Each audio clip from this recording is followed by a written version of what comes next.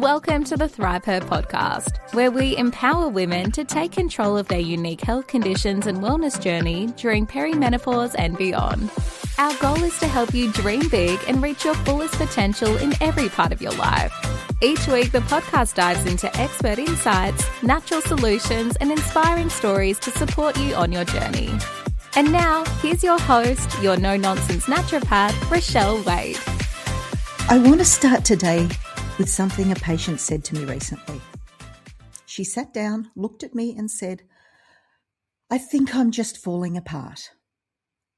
She was 44. She was running a business, raising 2 kids, keeping everyone else's life together. And she was exhausted in a way that sleep wasn't fixing. She was wired at night and flat in the morning.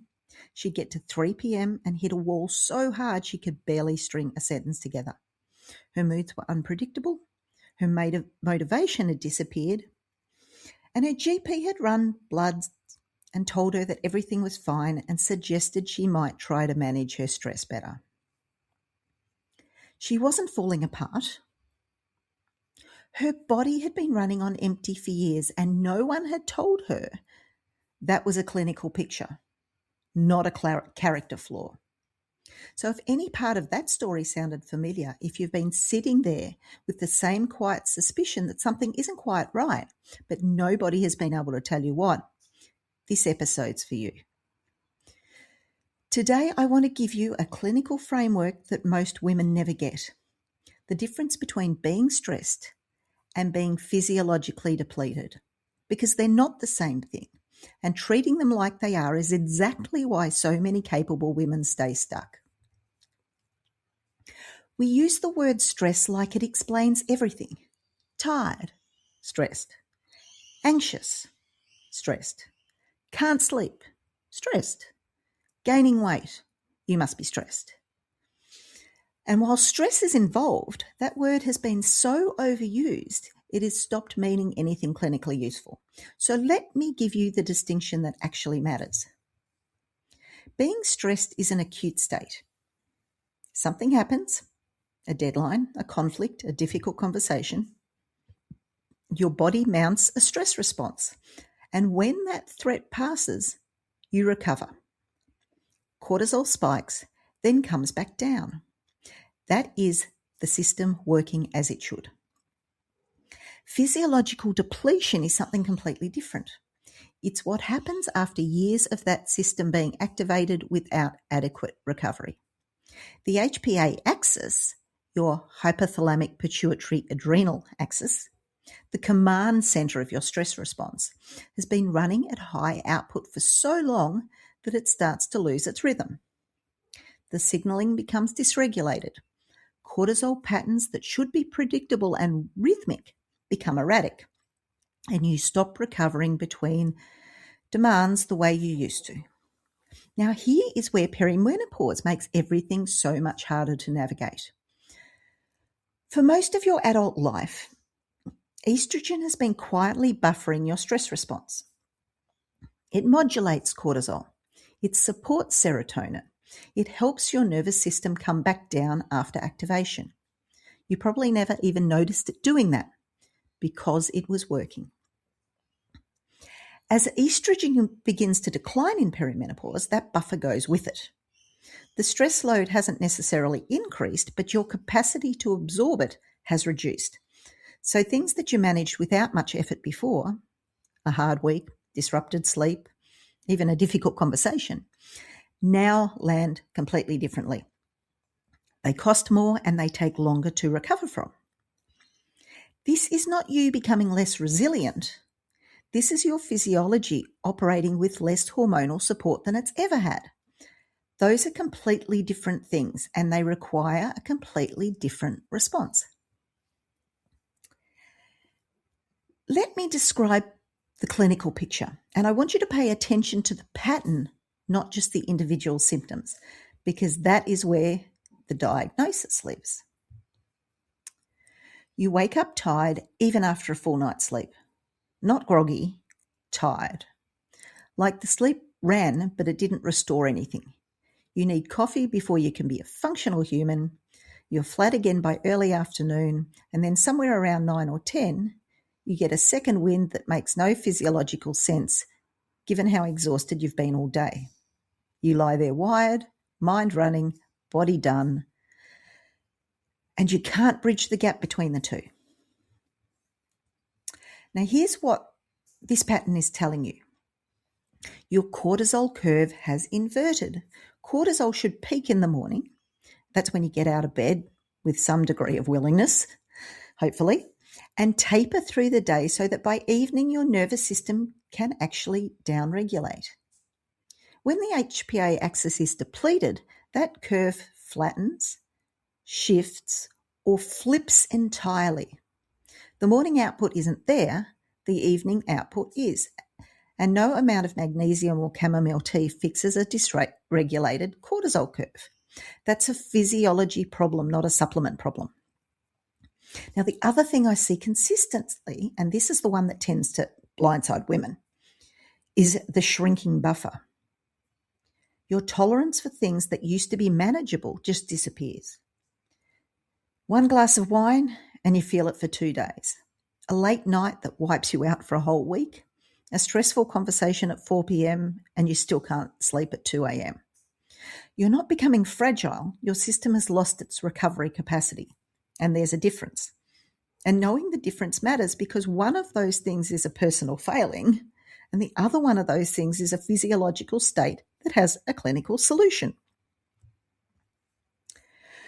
The weight shifting around your middle with no explanation, the catching every bug that goes around, the motivation that has quietly left the building, these are not separate problems. They are the same problem expressing itself multiple systems simultaneously. Which is exactly why treating them one at a time, like a sleep supplement here and a diet tweak here, never gets there. You're not dealing with isolated symptoms. You're dealing with a system that's running below its functional threshold across the board. Now, I want to be honest about something. The women I see in HPA axis depletion are not women who haven't been trying. They're actually the ones that have been trying the hardest. They are the ones that have pushed through, who kept going, who adapted to every demand placed on them because they were capable, and capable women figure it out. But here's what nobody tells you about being capable. Your body adapts to chronic stress load by compensating, and compensation has a cost. In the short term, you function. In the medium term, the cracks start to show. And by the time the symptoms become impossible to ignore, the depletion has been going on for years. Now, there's a concept in physiology called allostatic load, and it refers to the cumulative biological cost of chronic stress. Basically, the wear and tear on your systems from sustained activation. Think of it like a credit card. You carry a balance for a while, but then the interest compounds, and at some point, the account calls in the debt. Perimenopause is often the moment that call comes in because the declining estrogen of perimenopause removes that very buffer that was keeping your stress response manageable. And everything you've been handling, held together in part by hormonal support you didn't know you had, suddenly becomes so much harder to hold. This is not you falling apart. This is your body telling you that the current operating model is no longer sustainable. That's not a failure. That's a signal. Now, I'm going to be direct here because women in this state get a lot of advice that doesn't help, and actually some that actively makes things worse. For instance, telling a woman with HPA axis depletion to exercise harder is not the answer. High-intensity exercise is a cortisol stressor. If your system is already dysregulated, adding more cortisol load can dig the hole deeper. Movement matters, of course, but the type, timing, and intensity has to match where your system actually is, not where it was 5 years ago. Telling a woman to meditate more or stress less is not a clinical intervention. Sure, it might be useful, but it does not address the physiological picture. What does help is working with the rhythm of your stress response rather than against it. It means supporting your cortisol curve, understanding that the cortisol should be highest in the morning and lowest at 9. And when that pattern is inverted or flat, everything else follows.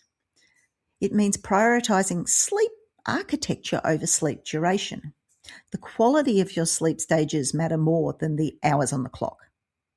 It means eating in a way that doesn't spike or crash your blood sugar, because blood sugar instability is one of the fastest ways to keep your cortisol dysregulated. It means understanding that recovery from depletion is not a weekend of rest. It's a deliberate, sustained clinical process, because you didn't get here in a week and you won't get out in one either. The thing I want to leave this episode with is this. The fact that your bloods are normal does not mean nothing is wrong. It means the tools being used to assess were not designed to find what you're experiencing. That is a gap in investigation, not a gap in your symptoms. Your body is not making it up. It is communicating. And the question has never been whether something is happening. It's whether anyone around you has been trained to listen. The specific protocols, the sequencing, the individual clinical picture, that is what we work with inside the ThriveHer Tribe. Because this can't be a generic script. It has to be yours. Now, next week, we're going somewhere that I think is going to surprise a few people. We are talking about alcohol and perimenopause, and not in a way you've heard it before. This will not be a lecture about drinking less. This is a clinical conversation about alcohol and what it actually does to your estrogen metabolism, your liver load, your cortisol, and your sleep architecture in this specific hormonal window. I haven't seen anyone in the Australian space, at least, that's touched this one clinically, so I'll see you then. If this episode gave you language for something you've been living with but couldn't name, I want you to do one thing. Don't sit on it. The women I work with inside the ThriveHer Tribe are not there because they finally hit rock bottom. They're there because they've decided that functioning at 60% of their capacity and being told they're fine was no longer good enough. That is the only qualification that you need. Within the tribe, every day, a daily clinical nudge lands directly in your WhatsApp. It's not a wellness tip. It's not a motivational quote. Actually, some of those might be good. A clinical micro action grounded exactly in what we've been talking about today, designed to move your physiology in the right direction, one small shift at a time. ThriveHer Elevate membership is $47 a month. That's less than a single naturopathic consultation, and I am there every single weekday. So head to thriveher.vip. Now, if this episode's landed, share it. Text it to the woman in your life who's been told that her results are fine and she knows that something isn't right. She needs to hear that she's not falling apart. She's been running on empty and there is a way through. Until next time, keep believing in yourself, keep striving for more, and keep thriving, because your best life is just ahead. Thank you for joining us on this episode of the ThriveHer podcast. We hope you found valuable insights and practical tips to help you on your path to achieving everything you want in life. Remember, with the right support, you can achieve anything. If you loved this episode, please share it on Instagram stories and tag No Nonsense Naturopath. Also, if you enjoy the podcast, you'll love a ThriveHer membership. Check it out at thriveher.vip. Each interaction helps others find this valuable information. Connect with us on social media and join our community of thriving women. Until next time, stay empowered, stay healthy, and keep thriving.